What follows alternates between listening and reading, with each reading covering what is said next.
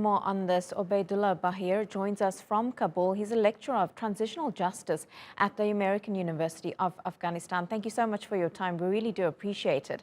Now, if this attack in Kabul that we saw on Tuesday was the work of the Taliban, why would they be targeting the capital if they're still negotiating with the government for some sort of peace deal? Thank you for having me. The idea is that obviously with insurgent groups, especially with the Taliban, there are no rules of engagement. They are willing to cross lines that otherwise opponents would not. Take the example of target killings at a time when they are claiming that they will not take Kabul by force. The other idea is normally insurgents can both fight and negotiate at the same time. They're living the best of both worlds, trying to increase the leverage that they have on their negotiating table to an extent now that when they sit on the negotiating table, they make it look like these are terms of surrender that they want to hear from the Afghan government rather than actually talk about a political settlement on hand.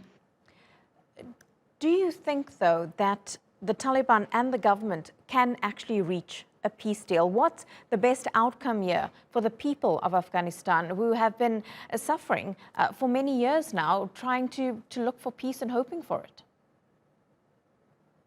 Look, something that has been underplayed so far is this whole Allahu Akbar campaign from last night as well. The narrative projected by the Taliban for the past few months has been one of national popularity, one of religious legitimacy.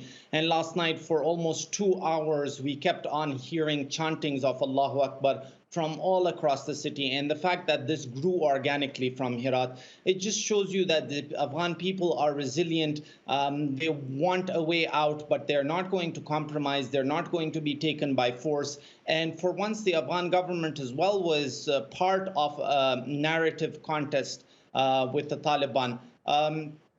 The idea is the hope has always been that from within Afghanistan, a solution comes forth. And that can only happen when both sides of the conflict, including the Republic and the Taliban, wholeheartedly and faithfully want to come up with a solution. Unless both sides have other intentions, unless there are major spoilers on both sides, no matter even if the regional community or international community pitches a peace proposal, it wouldn't get anywhere because these people are the eventual shot callers.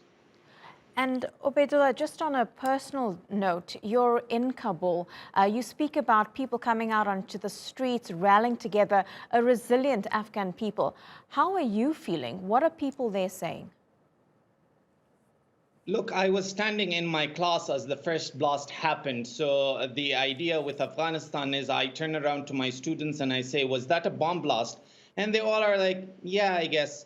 And I'm like, what sort of people are you? I've been here for 2 years. I'm not that used to bomb blasts and shrugging it off. But even with that being said, people went out into the cities. I had my window open at night, and all you could hear was in the neighborhoods as well, people marching down the streets, people on their balconies, chanting Allahu Akbar. It was so effective that it got an instant reaction from the Taliban. The Taliban tweeted about it saying, this was our slogan, which sort of gives sense to this movement because it's all about reclaiming what is a very common phrase, a phrase of the normal human that is living in the city and suffering. And rather than it being hijacked by an insurgency, the Afghan people chose that this chant of God is great was theirs. So it was magical. It felt very special. And it felt like there was some hope after months and months of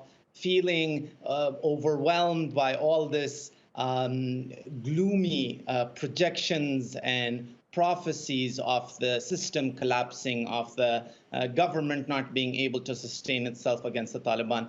For once, the common Afghan person felt like they could say something, that their voice was being heard. Yeah, it's a hope that will hopefully grow into some concrete action. Obaidullah Baheer, live to us there from Kabul. Thanks so much.